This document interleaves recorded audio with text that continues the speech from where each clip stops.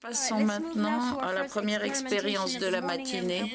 Je vais demander à Inès Tetaer d'Arvalis de venir sur scène pour l'expérimentation.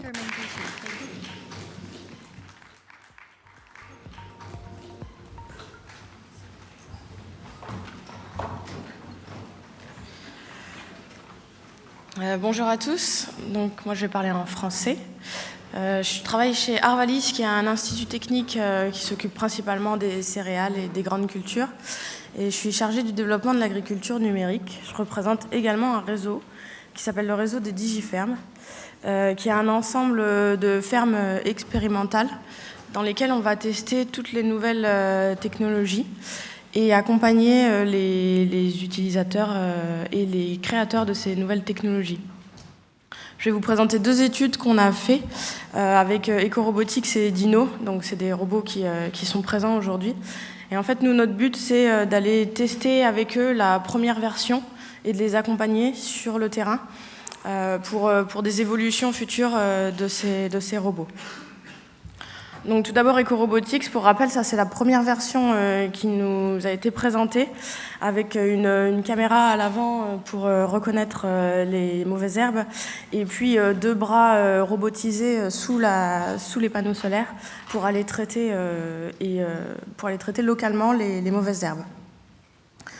On en a fait nous une évaluation technique sur betterave. Donc pour ça, on avait 4 personnes pour suivre le robot et faire les notations. Alors pourquoi 4 personnes? Parce qu'en fait, on a et les spécialistes du guidage et les spécialistes de la mécanisation, et puis aussi les ingénieurs terrain et les techniciens qui sont présents.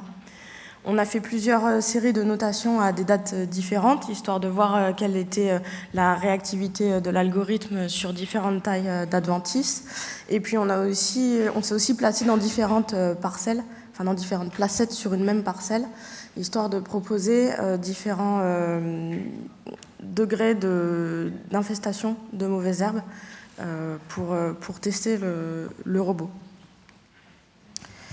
Donc, par exemple, on a classé les adventices en fonction de leur diamètre et on observe chaque tâche. Donc on n'a pas utilisé un produit phyto, on a utilisé un produit plutôt de couleur bleue pour pouvoir tout de suite derrière mettre le nez et observer quelle est la localisation des tâches et si le robot a bien reconnu l'adventice et l'a bien pulvérisé. La conclusion qu'on a eue sur ce premier robot, c'est que la première version, elle n'était pas encore assez performante pour le désherbage du fait des bras qui sont assez longs à aller se positionner. Et du coup, on a pu ensuite échanger avec eux et leur proposer différentes améliorations peut-être à fournir. Donc vous avez vu, la nouvelle version est bien différente de la première. Et puis on a quand même aussi eu le plaisir de tester en premier et du coup d'avoir, il y a déjà 2 ans, un robot dans les champs et de voir s'il arrivait à se géolocaliser correctement, si la caméra arrivait aussi à reconnaître les rangs. Deuxième évaluation, alors là c'est un robot qui existe déjà et qui est déjà vendu, mais nous on a fait le pari de le faire passer du maraîchage à la grande culture, ce qui est complètement différent, c'est-à-dire qu'on n'est plus sur un milieu où le sol, les meubles est plat, et on n'est plus avec des cultures qui sont assez grosses et qui sont sarclées comme la salade.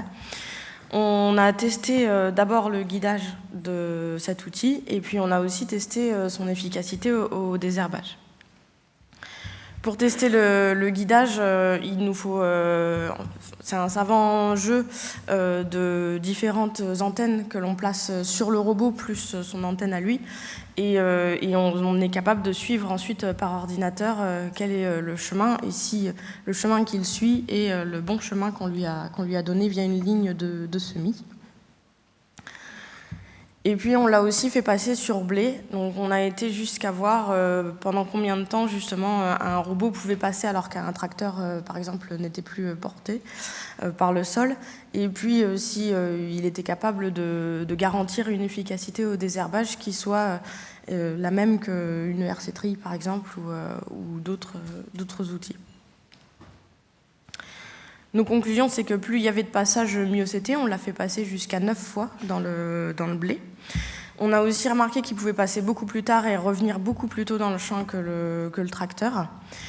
Mais comme c'est un robot qui est adapté au maraîchage, forcément, il s'est retrouvé un petit peu en difficulté dans les conditions humides. Et puis aussi, il a eu une autonomie et une automatisation qui étaient quelque peu limitées par rapport à ce qu'on lui demandait de faire en plein champ sur des grandes surfaces.